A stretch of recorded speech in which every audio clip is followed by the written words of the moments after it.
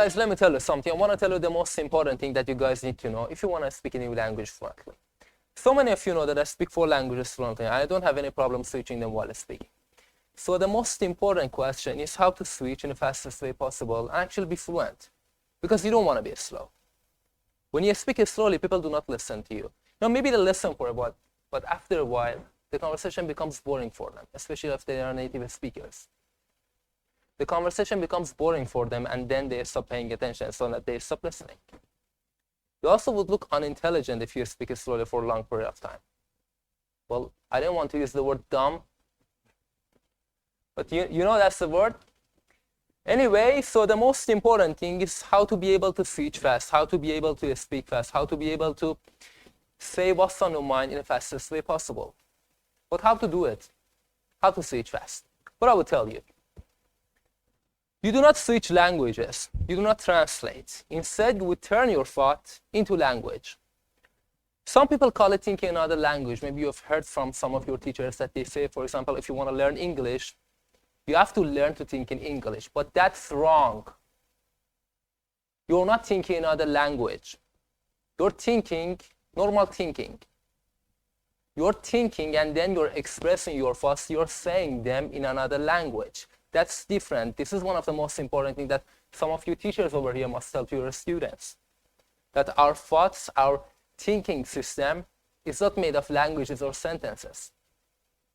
It's made of pictures. What do I mean by this? Let me give you an example.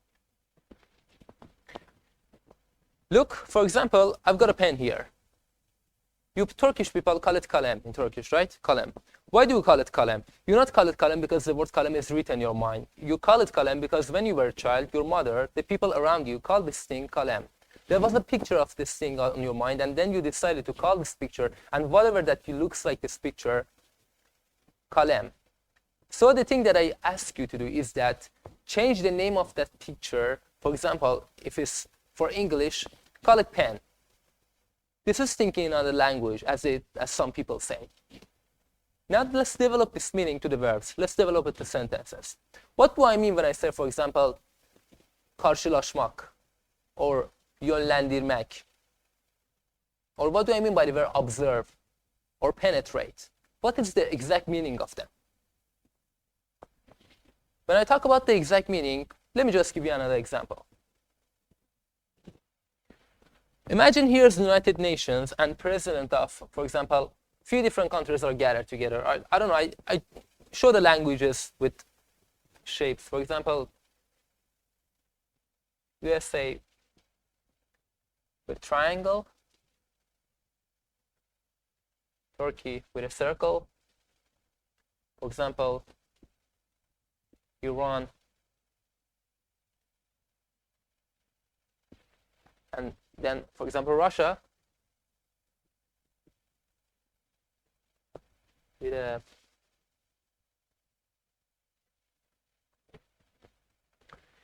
now let's imagine, for example, the president of United States says something.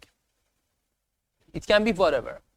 It wouldn't directly translate into Russian or Turkish or Persian. This is the wrong way. It first would go to the territory of meaning. I write it here for you. Territory of meaning. It first would come to the territory of meaning, and the translator would translate it, for example, to Russian based on the templates in Russian language, for example, to Turkish based on the templates in Turkish language, or for example, to Persian based on the templates in Persian language. But the most important thing is that it wouldn't directly come to Russian or Turkish because it would be wrong. Let me give you another example. For example, imagine, what do I mean by the templates that I say?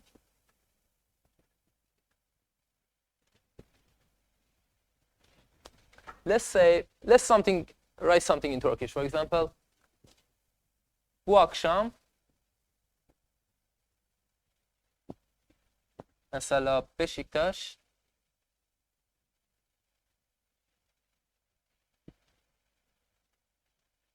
Fenerbahçe ile karşılaşacak.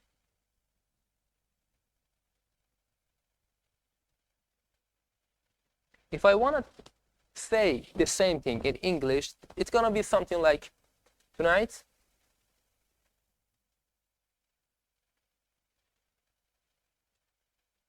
Beşiktaş will play against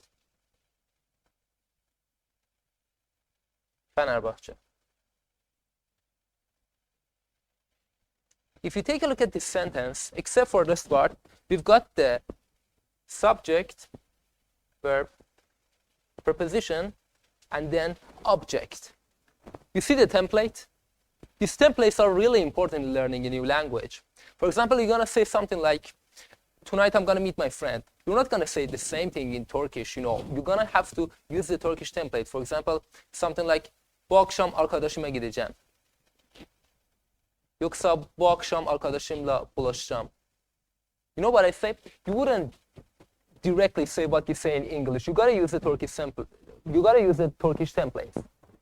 So, you see, the faster you learn these templates, the faster you learn the language. Guys, this is not an advice. This is a description of the things you should do. Your brain is subconsciously looking for these templates from the first stage of learning a new language. To be able to make sense of a language. To be able to find the logic so that you guys can use it every day, whenever you need it. Now imagine if you provide your brain with these templates from the first stage of learning a new language, you're going to get magnificent results in a short period of time. This is the reason that I wrote this book, the English Learner Booklet. Hundreds of students have learned English using this book from different nationalities. Why this book works? Well, I will tell you. According to the research and experiments done by Stephen Krashen and so many other experiments on neuroscience of learning, you learn the language by the natural order that your brain organizes for you to learn. You can just search it on the net. It's called the natural order hypothesis. So I repeat it again. This hypothesis states that you learn the language by the natural order that your brain organizes for you to learn. Or, in other words, in different stages, in different levels of learning in language, you're gonna need different templates, especially when it comes to grammar. This is the exact reason that I wrote the English Learner Booklet series. The first book has got more than 100 templates and structures that can really help you boost up your speaking skills in a short period of time. And the second book has got more than 1,000 sentences in different situations and conversations that can really help you elevate your speaking skills to the personal fluency and maybe, if you work enough, native like fluency. So, now your work is much easier. You just learn the templates, you just memorize the templates, put the words in the right order, then you speak. You also do the same thing while speaking Turkish. But you've got so used to it, you do it so fast that you do not feel it. Same thing gonna happen to you if you do it the right way, the way that we tell you in English for you. You're gonna do it so fast that you do not feel it anymore.